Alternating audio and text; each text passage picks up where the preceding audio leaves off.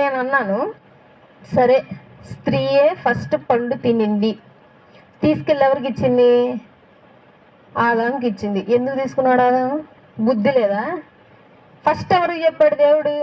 అసలు స్త్రీకి చెప్పలా దేవుడు. చూద్దాం ఆ వాక్యం. ఆదికాండము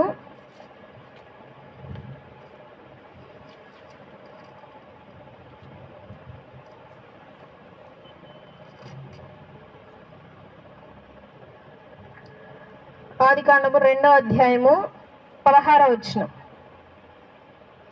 16 కంటే కొంచెం 15 నుంచి చదువుదాం.